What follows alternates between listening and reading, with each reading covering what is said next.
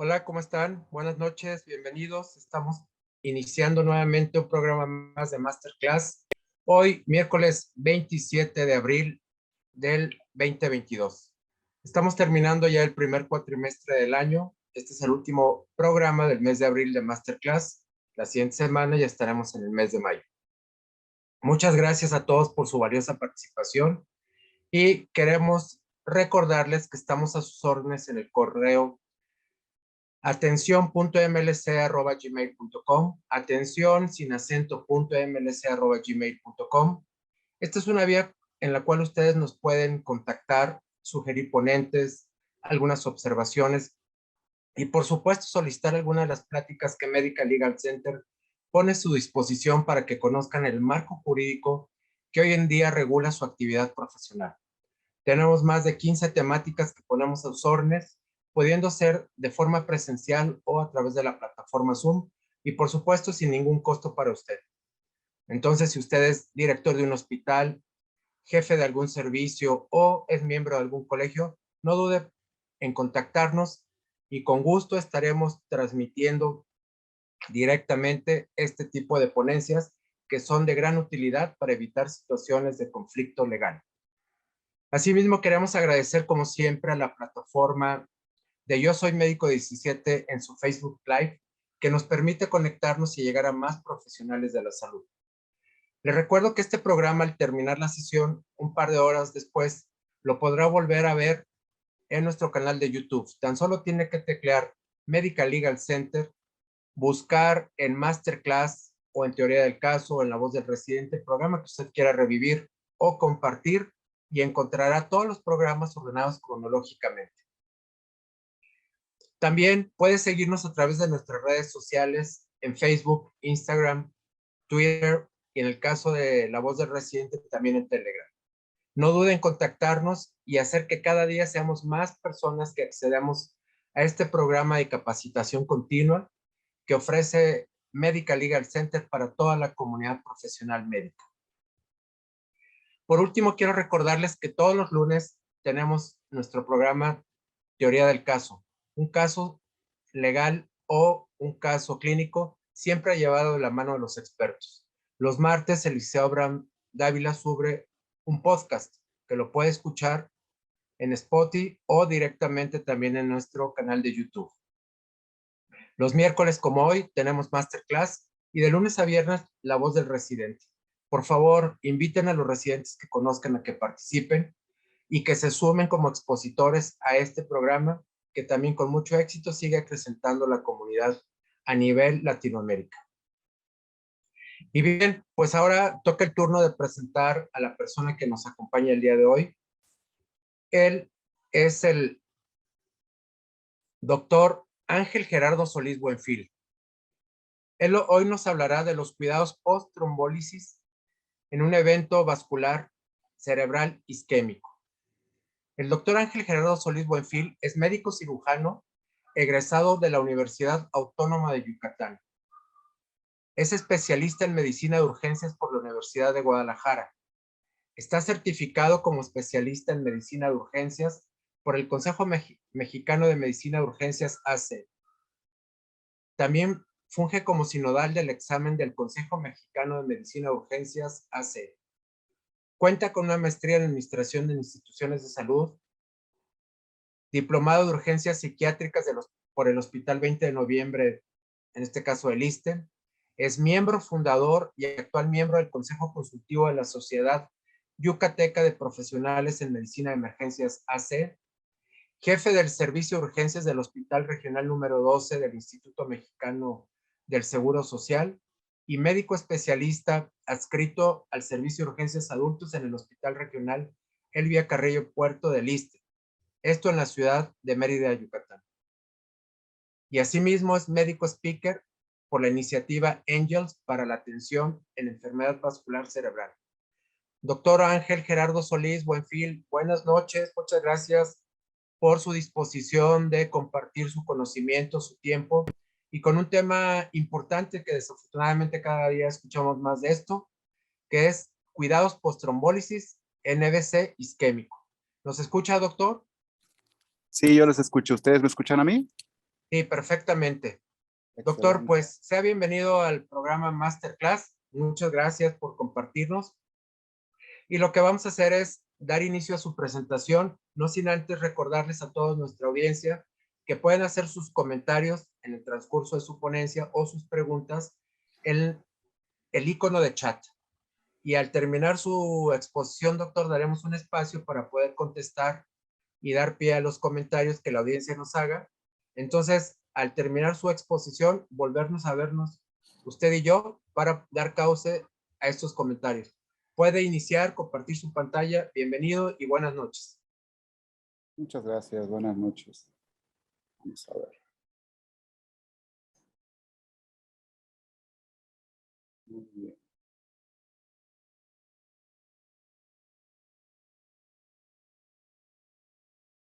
Correcto. Creo que ahí quedó, ¿verdad?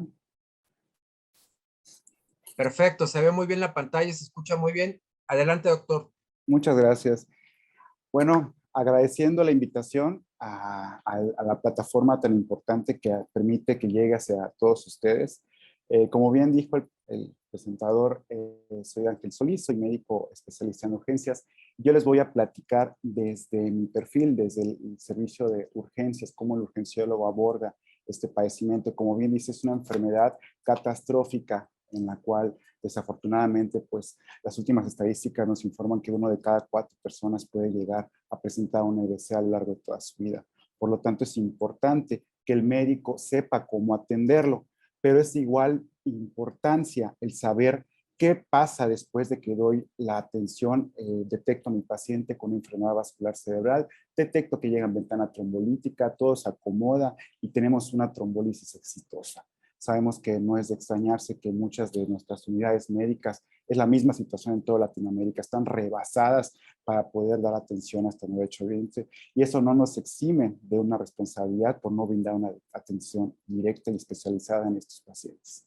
Aquí mi conflicto de intereses, no nos vamos a pasar mucho en esto. De igual manera recordar los niveles de evidencia que vamos a estar manejando a lo largo de toda la plática, ¿no?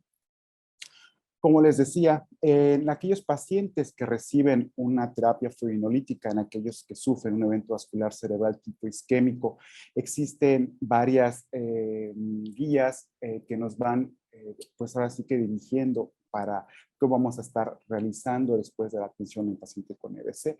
Y lo que sí nos mencionan es que recomiendan una vigilancia estrecha durante y al menos 24 horas después de que administras la fibrinolisis a tu paciente. ¿Y dónde te la recomiendan? En una unidad de cuidados intensivos o en una unidad de accidente cerebrovascular agudo. ¿Cuántos de nosotros contamos con una unidad de accidente cerebrovascular agudo? Desafortunadamente, al menos en nuestro país, son muy pocas. Por lo tanto, pues habitualmente nos apegamos a una unidad de cuidados intensivos. Pero ¿qué pasa? La llevamos a presentar y pues está sobreocupada o no hay espacio o hay un sinfín de cosas que pueden atravesarse. Por eso es importante que el médico urgenciólogo o el médico que está atendiendo el servicio de urgencias o quien tomó la decisión de administrar la terapia fibrinolítica sepa qué hacer una vez que trombolizó al paciente para que tenga una atención conjunta bien dirigida y apegada a la normativa. Sabemos que las fases del tratamiento se van a dividir, o las vamos a dividir para fines de esta plática en 5 fases: la prehospitalaria, la hiperaguda, que lo vamos a abordar. Nos vamos a enfocar básicamente a las últimas 3. La fase aguda, que va de la primera a las 24 horas posteriores a que llegue el paciente al hospital, en la fase posaguda de 24 a 72 horas y posteriormente en la prevención secundaria, que son más allá de las 72 horas. ¿Qué pasa en las primeras 24 horas de nuestro paciente que sufrió un EBC? Pueden existir infinidad de complicaciones. ¿Cuáles son las más comunes? Puede presentar un fallo de bomba, una infección de vías respiratorias bajas, que es un proceso infeccioso, una recurrencia del EBC, entre otras más. ¿Okay? Por lo tanto, todas nuestras acciones van a ir encaminadas a disminuir la posibilidad de que estas situaciones ocurran. Primeramente vamos a platicar de la posición de la cabeza. Hay diferentes estudios que nos recomiendan, dependiendo la colocación en un paciente en decúbito dorsal completo o en posiciones semifolia. Se ha hecho, lo que dicen las guías es que el beneficio de una posición en decúbito con flat head, cabeza plana, después de la hospitalización, es incierto. Se había estudiado que había una mejor perfusión cerebral. Sin embargo, no hay suficiente evidencia para darle una indicación de que esta posición deba ser mantenida. Por lo tanto, la posición en semifolio de 35 grados es la más indicada, ¿no? De igual manera, el ayuno, ojo, al inicio al menos está indicado. De igual manera, como vemos la cabecera a 30 grados y la posición en decúbito lateral que evita la broncoaspiración en el paciente va a estar recomendada. Asimismo, tenemos que estar monitorizando la pulsoximetría. Hoy en día, dado la pandemia que ya todos estamos pasando, pues es muy difícil que no podamos contar con un oxímetro de pulso, pero puede llegar a ocurrir. Únicamente se recomienda, las guías te recomiendan que vas a aportar oxígeno en dado caso que no puedas determinar o que no cuentes con un pulso oxímetro, pero únicamente vas a dar un aporte de oxígeno si la oxigenación va allá menor al 94%. De igual manera, hay que darle soporte ventilatorio en aquellos pacientes que cursen un EBC, que tengan deterioro de la vía aérea. Desafortunadamente sabemos que aquellos pacientes que tengan este problema en vía respiratoria están cursando con un EBC bastante extenso y por lo tanto el pronóstico es menos amable o se incrementa drásticamente la mortalidad. Por lo tanto, pues hay que dar el soporte en la medida de nuestras posibilidades. De igual manera, los extremos, tanto la hipotermia como la hipertermia se asocian a mayor mortalidad. Por lo tanto, los picos de fiebre mayor a 38 grados debemos identificarlos y tratarlos. Y debemos también tener en consideración que de igual manera la hipotermia no está asociada a un beneficio en el paciente con manejo de MBC, en el caso específico de postrombolisis, ¿no? Pero sí se ha asociado a enfermedades como neumonía. Asimismo, el monitoreo de la glucosa, de igual manera los picos tanto de hiperglucemia como hipoglucemia se han asociado a un deterioro mayor del paciente, por lo tanto debemos de manejarlo. ¿Y qué nos sugiere la guía de la American Heart Association? Nos dice mantenerla entre 140 y 180. Las guías europeas nos sugieren entre 155 y 180. Ahí depende de la guía que tú te quieras apegar, pero básicamente es mantenerla en estos niveles que menciono. Asimismo, es suma importancia recomendar o mantener el monitoreo cardíaco, pues todos sabemos que la fibrilación auricular es una de las principales causas que están asociadas a la presencia de infarto cerebral. Por lo tanto, el tener a tu paciente monitorizado durante las primeras 24 horas va a ayudarte a ti como médico a determinar oportunamente y tratar esta posible causa del evento vascular cerebral.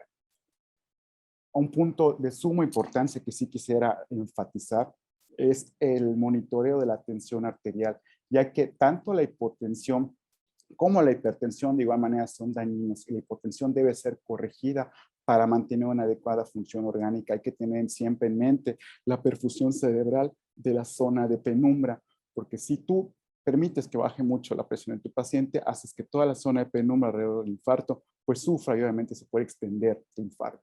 De igual manera, el pico contrario, la presión debe ser mantenida menor a 180-105. Ojo, nuevamente resalto que estamos hablando del contexto de un paciente que ya fue trombolizado. Por lo tanto, esta presión de 180-105 debe ser manejado posterior a la fibrinolisis durante las primeras 24 horas.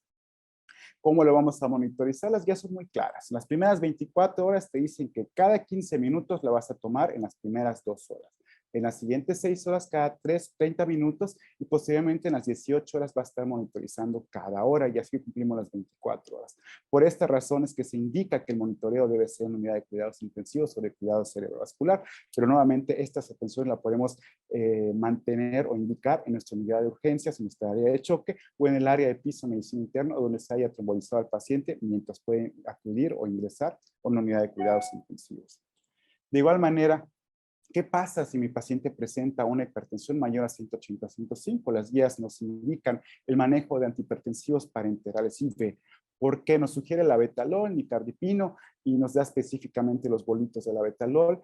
¿Por qué antihipertensivo IV? Porque es más titulable y tú puedes ir controlando el flujo para ir monitorizando y evitar lo que dijimos, la hipoperfusión cerebral que te puede llevar a la zona de penumbra. De igual manera hay que tener en cuenta que estos pacientes pueden llegar a tener trastornos de la deglución y puedes complicar y deteriorar a tu paciente. ¿Qué pasa si no controlas la presión arterial? Te sugiere que utilices nitroprusiato si la presión arterial diastólica incrementa mayor a 140 milímetros de mercurio.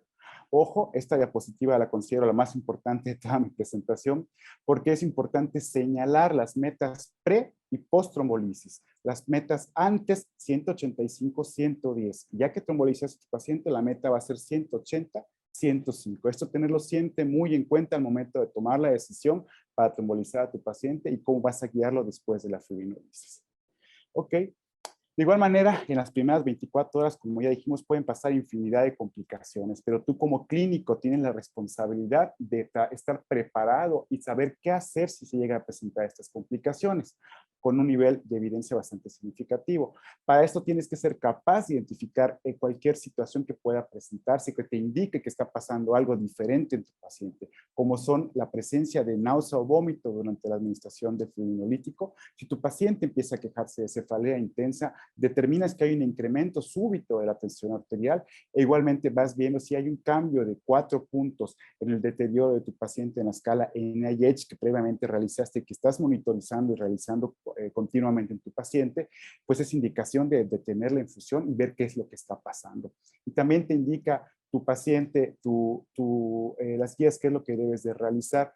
En el caso de que tú hagas te sospeches que haya cualquiera de estas situaciones y que haya una complicación en tu paciente, debes de detener la infusión del fibrinolítico, debes de tomar laboratorios, hacer una tomografía de emergencia y de igual manera solicitar crioprecipitadas, hacer la infusión. Si tienes ácido tranexámico, ácido aminocalproico, también te da la pauta para administrar las dosis. De igual manera, hacer las interconsultas pertinentes a neurocirugía y hematología y darle medidas de soporte. Otra complicación que está asociada a la administración de fibrinolíticos es principalmente en aquellos pacientes que usan inhibidores de la enzima convertidora de angiotensina, pues es la presencia de angioedema. ¿Cómo lo vamos a identificar? ¿Cómo lo vamos a tratar? Vas a estar valorando la vía aérea de tu paciente. Si ves que el edema está localizado únicamente en el edema anterior y en labios, pues únicamente es vigilancia, nada más monitorizando que no vaya más allá. En caso de que veas que va en la pared posterior, pues ya es necesario considerar el manejo avanzado de la vía aérea. De igual manera, vas a suspender la infusión de RTPA y vas a utilizar metilprednisolona, difenidramina y prostronitina, si es que tienes, ¿no? Y en dado caso, administrar epinefrina. Y también medidas de soporte. Ok. ¿Qué te dice en cuanto a los antitrombóticos? Te dice que no los vas a iniciar hasta que tengas una imagen de tomografía, una imagen cerebral 24 horas después de iniciar la terapia fibrinolítica para descartar la presencia de sangrado. Okay. El uso de fármacos antibióticos no está indicado, está proscrito, no tiene ningún beneficio. De igual manera, el uso de anticomerciales tampoco hay nivel suficiente de evidencia para recomendarlo. Entonces, haciendo una recapitulación de las primeras 24 horas, la posición es importante. Vimos que cabecera 30 grados, el evitar los picos de hipertermia o hipotermia, hay que controlarlos, de glicemia capilar 140 o 155 hasta 180, el control adecuado de la presión arterial, al igual que el monitoreo cardiopulmonar del paciente durante las primeras 24 a 48 horas, así como estar pendiente de cambios en tu paciente que sugieran pico hemorragia intracerebral, como es un deterioro neurológico, la presencia de cefalea intensa, náusea, vómito o incremento repentino de cifras tensionales. Asimismo, no se recomiendan las primeras 24 horas el uso de anticoagulantes ni antiagregantes. De igual manera, una vez que trombolices tu paciente, tú puedes colocar sonda nasogástrica o sondas urinarias, pero una vez que ya decides la trombolisis, al menos las primeras 24 horas no está indicado la colocación de los mismos. Ahora, en la siguiente fase, en la fase postaguda de 24 a 72 horas, ¿qué es lo que tenemos que estar monitorizando, ¿no? Nos dice en aquellos con un buen nivel de evidencia 1A que la administración de aspirina se recomienda en pacientes con EBC, pero en aquellos pacientes que no son trombolizados en las primeras 24 o 48 horas posteriores al padecimiento. Ahora, aquellos que sí trataste con RTPA, la aspirina generalmente la trazas después de las 24 horas, como vimos previamente, una vez que ya hiciste la tomografía de control para descartar presencia de sangrado. Obviamente vas a evaluar el caso a caso, ya que si hay otras enfermedades concomitantes que riesgo-beneficio, pues tú vas a determinar la pauta para administrar la acetilsalicina. De igual manera, en aquellos pacientes, el tratamiento antiplaquetario, en aquellos que no tienen un evento mayor, o sea, que aquellos que presentan un evento menor, el tratamiento dual hacia clopidogrel iniciado en las primeras 24 horas y continuado hasta 21 días va a ser eficaz para reducir las probabilidades de un EBC hasta 90 días después de la aparición de los síntomas. Otro punto que también es un poco inquietante, pero lo menciona muy bien la guía, es que el uso de medias de compresión elástica se consideran contraindicadas o incluso dañinas para los pacientes que usan, que son sometidos a una terapia fibrinolítica. En su lugar, ¿qué te sugieren? La compresión neumática intermitente, ¿no? Pero pues obviamente, de acuerdo a los recursos que tenemos en nuestros países de Latinoamérica, pues el uso de aspirina, manejar una adecuada hidratación y la atención de rutina para disminuir el riesgo, pues va a beneficiar en gran cantidad a tu paciente. El uso de profilaxis no está, con la heparina subcutánea, no está bien establecido. De igual manera, la anticoagulación, el beneficio de la heparina de bajo peso molecular, el beneficio es incierto. Asimismo, el uso de anticoagulantes no está bien establecido, tanto de aquellos inhibidores de la tromina como aquellos inhibidores del factor 10A. ¿Okay? No se recomienda la anticoagulación urgente para que tú puedas prevenir, pues no está indicado, no se ha recomendado algún beneficio significativo. Asimismo, el uso de neuroprotectores no está recomendado, ¿no? Hay algunos que están, no sé, el uso de albúmina o hay algunos estudios por ahí, hasta el momento no tienen suficiente nivel de evidencia que permitan homogeneizar o indicarlo dentro del tratamiento del paciente post-trombolisis. Asimismo, al igual que en las primeras 24 horas, si tu paciente no requiere en el cuidado posagudo 24 a 72 horas la colocación de un catéter urinario, no está indicado. Recordemos que se asocia a un incremento de las infecciones intrahospitalarias y pues no queremos que nuestro paciente pues presente una complicación agregada a la estancia hospitalaria. Ahora, en cuanto a la nutrición, eso es un punto muy importante que hay que resaltar y siempre tener en cuenta porque ¿cómo iniciamos la dieta en nuestros hospitales? ¿No? Mayormente le dices a la enfermera, pues tráele una solución, tráele un poquito de jugo, que vaya de zorritos. Pero hay estudios que están bien establecidos y protocolos que tenemos que seguir para disminuir el riesgo de una complicación de nuestro paciente. Pero bueno, la dieta debe iniciarse dentro de los 7 días posteriores al ingreso de un paciente que sufre un EBC. Pero aquellos pacientes, hasta un 40% de los pacientes llegan a sufrir disfagia y no los detectamos. Pero en dado caso que sospechemos, esto está indicado colocar sondas nasogástricas en la fase temprana. Estamos hablando de pacientes que tengan una complicación y que identifiquemos con los cuestionarios que existen. Ahorita vamos a platicar de eso.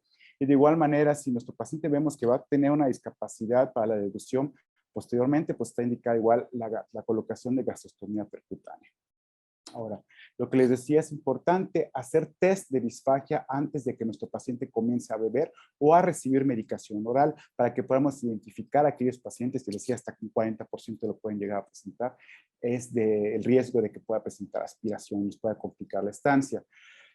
La evidencia reportada por videofluoroscopía, lo que les decía, reporta un 30-40, presentan disfagia y aspiración se confirma hasta en un 42%. Por lo tanto, nos sugiere una escala, la escala GUS, como una herramienta para evaluar trastornos de la deglución y el riesgo de aspiración en usuarios que presentan posteriores a un evento vascular cerebral. Es una herramienta temprana y efectiva que contribuye a que tengamos una intervención oportuna. No me voy a detener mucho, pero sí les voy a mencionar, les voy a señalar cómo la vamos evaluando. Consta de 2 partes en las cuales tú primero sientas al paciente, al menos 15 minutos, tiene que estar respiratorio al menos 15 minutos, y tú vas evaluando con tu estetoscopio si tiene disfonía o algo que te vaya a impedir una adecuada evaluación, y vas avanzando pauta a pauta con diferentes texturas, semisólido, líquido o sólido, ¿no? Y tú le vas dando cierto puntaje. Y te dice al final, si tiene un 20 puntos, pues vas a introducir una dieta normal. ¿Qué pasa? Si ya a partir de 15 a 19 puntos, pues ya vas a tener que considerar hacer intervenciones que permitan disminuir el riesgo de que tu paciente presente una broncoaspiración. Ahora, si no es 0 a 9 puntos, definitivamente está proscrita la alimentación oral para disminuir el riesgo de complicaciones en tu paciente, ¿no? Muy bien, no se les olvide el protocolo GUS. Ahora, la disfagia es lo que ya les platicamos, una evaluación endoscópica se considera razonable para guiar nuestro plan de tratamiento. Otro punto muy importante que tenemos que resaltar y que ocurre desafortunadamente en nuestros pacientes es la prevención de úlceras por decúbito. Para evitarla, ¿qué debemos de hacer? Hay que estar haciendo evaluaciones cutáneas periódicas y como nosotros como personal médico tenemos que indicarlo y estar supervisando que nuestro personal nos apoye, estar movilizando al paciente. Hay que evitar o eliminar al mínimo la fricción y la presión sobre la piel y proporcionar superficies de apoyo adecuadas, evitando la humedad excesiva y garantizando una adecuada nutrición e hidratación. De igual manera, girar con regularidad con una buena higiene de piel. Se sugiere el uso de colchones, no se sugiere, perdón, para hasta que puedas tener una buena movilidad. De igual manera, con un excelente nivel de evidencia, nos habla la intervención de un equipo multidisciplinario. Acordémonos que la medicina o la atención hacia nuestros pacientes no recae únicamente del médico. Todos tenemos que involucrarnos en la atención y existen varios servicios dentro de un hospital que no lo estamos involucrando, no estamos aprovechando de la manera adecuada. Como es el caso, si se fijan acá, se recomienda dentro de la atención integral especializada que se incorpore el servicio de rehabilitación con un nivel de evidencia 1A. Ellos nos van a permitir a evaluar al paciente y determinar cuál es el mejor plan de tratamiento para volver a reincorporar o tratar de restablecer las funciones habituales o lo más cercano a lo habitual en nuestro paciente. Ellos pueden hacer el estudio, identificar y acordémonos que la plasticidad neuronal ocurre muy tempranamente, entonces nuestras intervenciones dirigidas hacia esto van a beneficiar enormemente al paciente. Lo que sí nos sugieren las guías es que una de estas intervenciones o la intervención del rehabilitador debe ser una vez pasada las primeras 24 horas. Y como les decía, si no hacemos esta intervención temprana en la primera semana, pasadas las 24 horas, las probabilidades del éxito o el resultado óptimo a los 3 meses van a disminuir enormemente. Por eso es importante llamar al rehabilitador después de las primeras 24 horas. Mientras esto ocurre, podemos hacer algunas intervenciones que van a beneficiar al paciente, como es la movilización. Podemos hacer uso de almohadas, si es que contamos con recursos en los hospitales, si no, con sábanas enrolladas apoyando principalmente en la zona parética para darle buena posición. De igual manera, en las extremidades inferiores podemos poner una sábana para evitar, hay que poner las extremidades lo más paralelas y en la adecuada posición anatómica. De igual manera, cuando movilicemos al paciente, evitar rotar sobre el lado parético. ¿Por qué? Porque vamos a estar haciendo compresión y muchas veces el paciente pues no va a estar percibiendo adecuadamente, la zona va a estar con disminución de la sensibilidad, depende de la afección que tenga y la escala de NIH que tenga, ¿no? Pero básicamente pues podemos incrementar el riesgo de nuestro paciente presente úlceras por decúbito.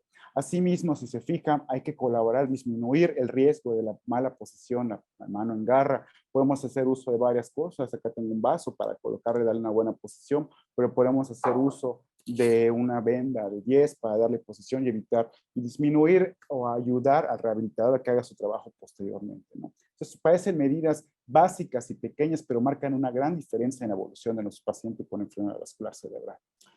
Recordemos el principio de neuroplasticidad, de que cuando ocurre un accidente cerebrovascular existe una reorganización cortical y con una migración de funciones del lado que está dañado hacia el otro lado, así se considera al menos en modelos animales, en la cual cuando ocurre isquemia a nivel cerebral, existen la formación en los primeros 3 días con un pico hasta el séptimo y 14 días de nuevas dendritas. Igual ocurre angiogénesis, que van a servir como una especie de andamio donde se van a estar formando nuevas conexiones nerviosas para que una vez que pase la parte crítica, al menos si se ve, nuevamente lo repito, en modelos animales, toda esa neuroplasticidad, lo que esa parte controlaba, va a migrar nuevamente para poder reorganizar todo. Y esto va en gran medida con la estimulación que nosotros ofrezcamos al paciente. Por eso es importante la rehabilitación temprana, ya que como les decía, las personas hasta en los primeros 3 meses, todo lo que tú hagas, todo lo que tu equipo de trabajo haga, en los primeros 3 meses se va a ver cómo tu paciente va a acabar finalmente. Le dan el EBC y todo lo que tú hagas, todas las intervenciones suman hasta el 3 meses. Después de 3 meses es muy difícil que haya una nueva reorganización o que evolucione hacia más a la mejoría de tu paciente, ¿no? Muy bien, decía, los pacientes que inician fisioterapia en la primera semana tienen menor grado de discapacidad y mayor calidad de vida en diferencia a aquellos que lo inician más tarde. El retraso se va a asociar con una disminución de la reorganización cortical y una reducción de las posibilidades de alcanzar una adecuada recuperación funcional. Por lo tanto, se recomienda iniciar la sedentación lo antes posible para evitar complicaciones a partir de las primeras 48 horas, ¿no? Va dependiendo mucho de la bibliografía que tú vayas revisando. Recordando en esta segunda fase posaguda, el tratamiento antiplaquetario lo vamos a iniciar después de 24 horas, ya dijimos después de que tengamos un estudio de imagen. No se recomienda el uso de medias compresivas, no se recomiendan las heparinas, los neuroprotectores, evitamos el uso de sonda urinaria por las infecciones, vamos a iniciar nutrición una vez que hagamos nuestro protocolo de disfagia, vamos a prevenir las úlceras por decúbito y vamos a invitar a nuestros hospitales, a nuestro servicio, a que se integre el servicio de rehabilitación.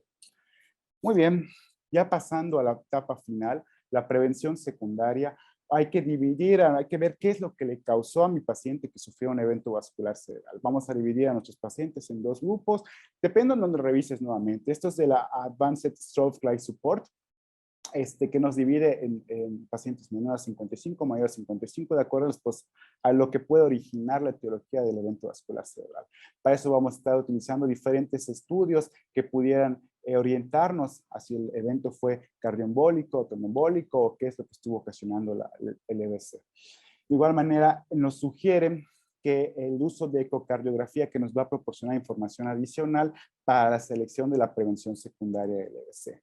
Asimismo, nos sugieren que la mayoría de los pacientes, la FA, como ya vimos, es razonable que iniciemos la anticoagulación entre los días 4 y 14, una vez que iniciaran los síntomas neurológicos. Este artículo que me gusta mucho es del maestro, el doctor Cantú, que nos compartió este artículo. Dependiendo de la gravedad, vamos a esperar el inicio de la anticoagulación. Dependiendo si fue un evento isquémico transitorio, vamos a iniciarlo inmediatamente. Un infarto menor cuarto o quinto día, moderado 790. Así hasta después el infarto severo 14 días. Obviamente esto va de acuerdo de la mano del caso, evaluación de cada caso y de acuerdo a la evaluación y la sugerencia del experto, ¿no?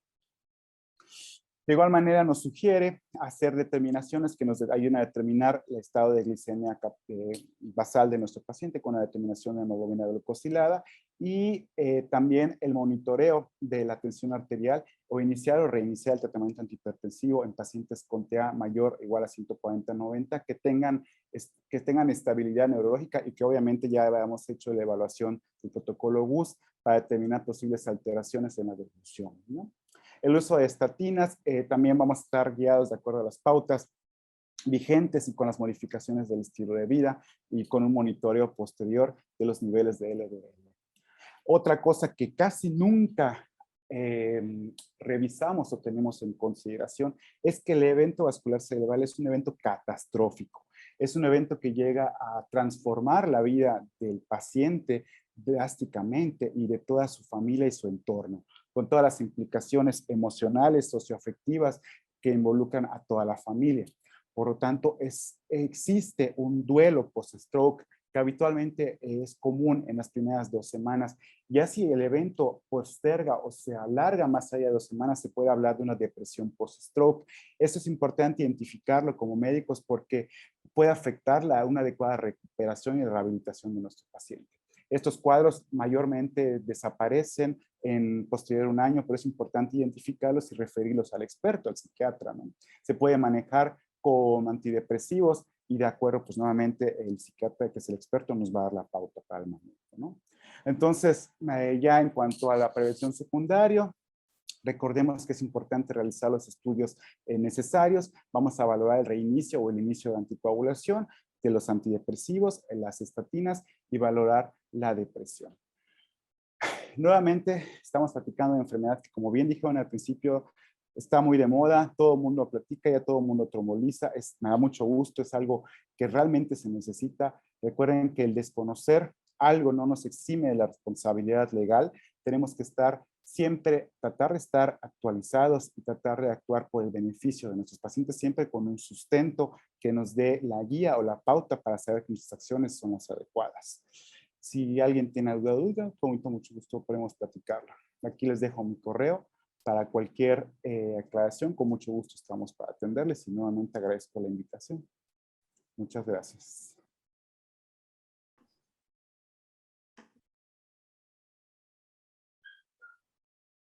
Doctor Ángel, gracias. Buenas noches nuevamente.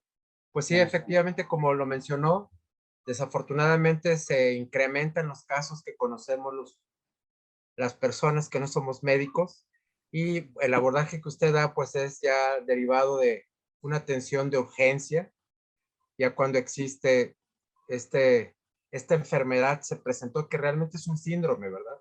Porque, bueno, conlleva muchas situaciones más allá de tan solo el EBC.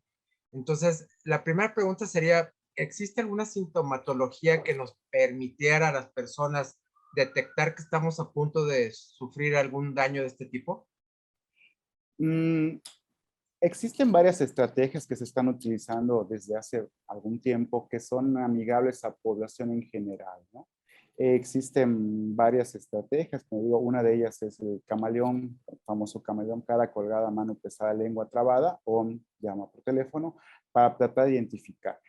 La alteración del lenguaje, la alteración de la simetría facial y la debilidad de mi cuerpo, pues sí se presenta en un alto porcentaje. De hecho, hay escalas hospitalarias, prehospitalarias para poder identificarlo. Está Cincinnati, están varias conocidas por nosotros como médicos, pero existen, el camaleón abarca mucho de las posibles síntomas que presenta un paciente MBC, pero existen otras que a veces se nos van, como es la pérdida de la visión, no sé, la desorientación súbita. Existe también el ataque isquémico transitorio, que es un evento, una interrupción en el flujo de la sangre hasta cierta parte del cerebro, que va a hacer que pierdan igual las funciones neurológicas, pero una vez que se desobstruye, pues se recupera ad integrum la funcionalidad de esta parte. Pero ojo, eso nos indica que algo está pasando y aproximadamente un alto porcentaje, no sé, un 35-50% ocurre de un EBC en la siguiente semana, ¿no? Y de eso la mitad ocurre en las primeras 24 horas. Pues es importante.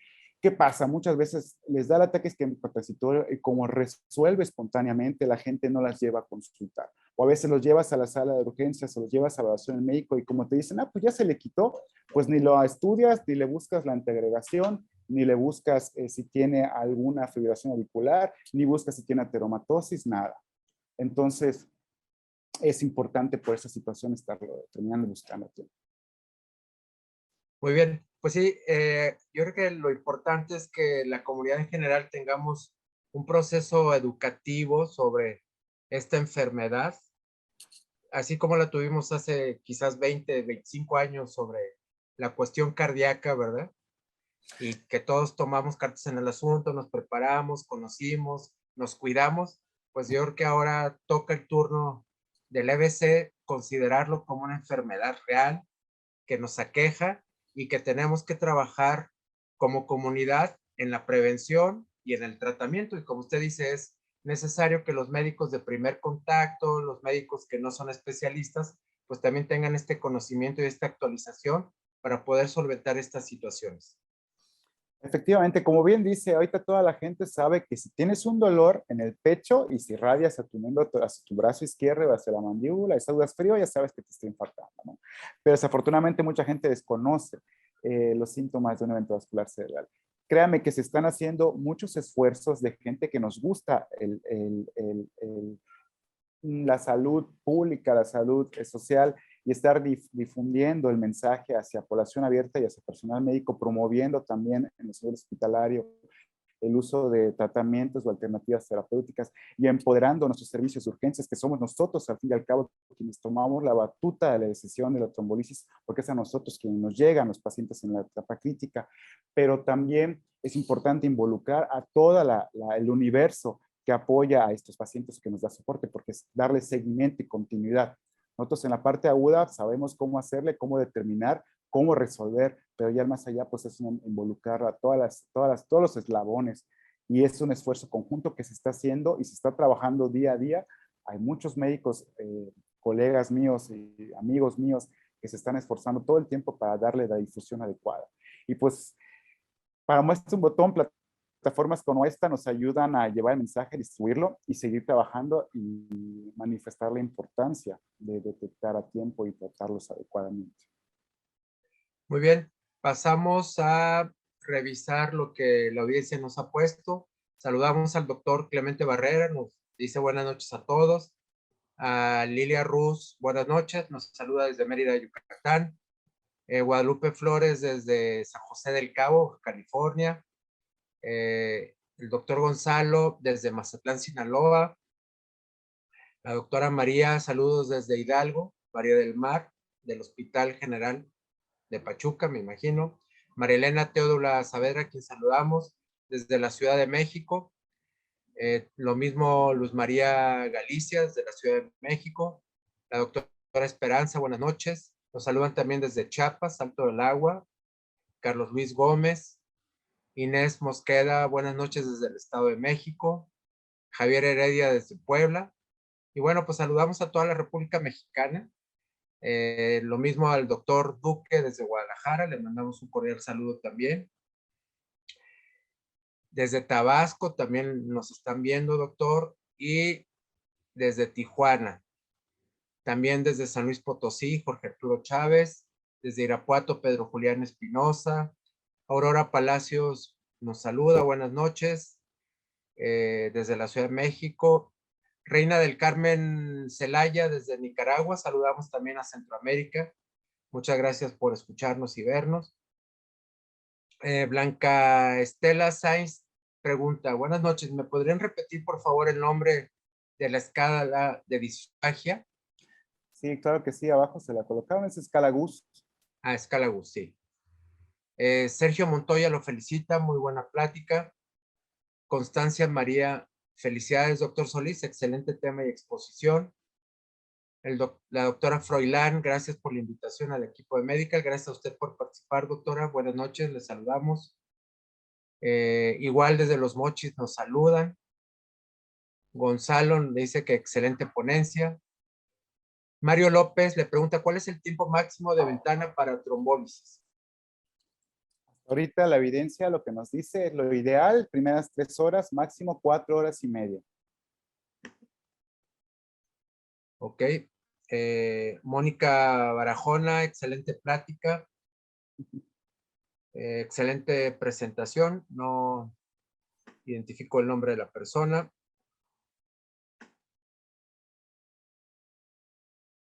Lo felicitan desde Zacatecas, Alejandro Sánchez. Aurora Palacios, excelente ponencia. Celia Solano, hola, buenas noches. ¿Es posible que se presenten pacientes jóvenes? Sí, definitivamente, como bien mencionan en los chats, el paciente joven, el paciente pediátrico específicamente, se puede asociar a malformaciones vasculares.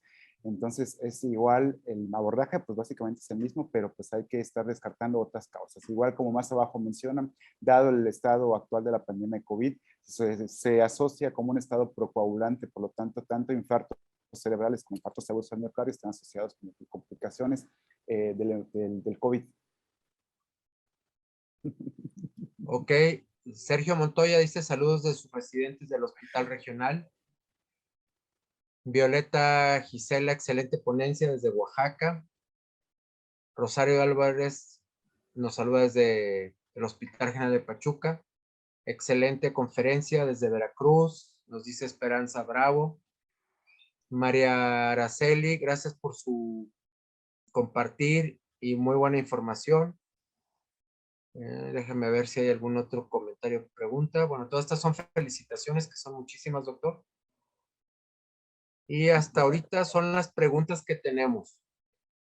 No sé si quisiera, doctor, pasamos a la parte de su conclusión, un mensaje que quiera asignar. Bueno, aquí Esperanza Bravo nos dice, aspirina Protec puede ser de mantenimiento en caso de que no tenga algún otro alcance o anticoagulante. Sí, siempre y cuando consideremos el cuidado de post-trombolisis, tener la imagen de tomografía de control después de las primeras 24 horas, ¿no? Siempre hay que evaluar siempre las causas. Hay que siempre, si es médico de familia, es las intervenciones oportunas, las detecciones y controles apegados a las enfermedades crónico-degenerativas que ya sabemos, la detección oportuna de arritmias cardíacas, la derivación al cardiólogo, todo el ultrasonido, darle una doble antiagregación si tu paciente presenta un ataque isquémico transitorio, hacerlo su su ultrasonido Doppler carotídeo, todas esas van sumando y disminuyen el riesgo de que tu paciente llegue al final a esta enfermedad catastrófica, ¿no?